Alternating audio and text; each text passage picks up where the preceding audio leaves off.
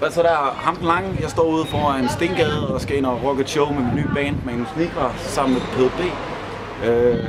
Stop havde sindssygt godt initiativ. Jeg har arbejdet mange år i Gellerup sammen med en masse unge knægte og har virkelig selv set, hvad det har gjort ved de her unge knægte, at samfundet taler om dem på den forkerte måde, og hvad det gør ved mennesker, når de føler sig uretfærdigt behandlet, og hvordan det kan påvirke dem negativt, både på den måde, at det kan gå ud over deres selvtillid, men også at de ligesom får et had til resten af samfundet.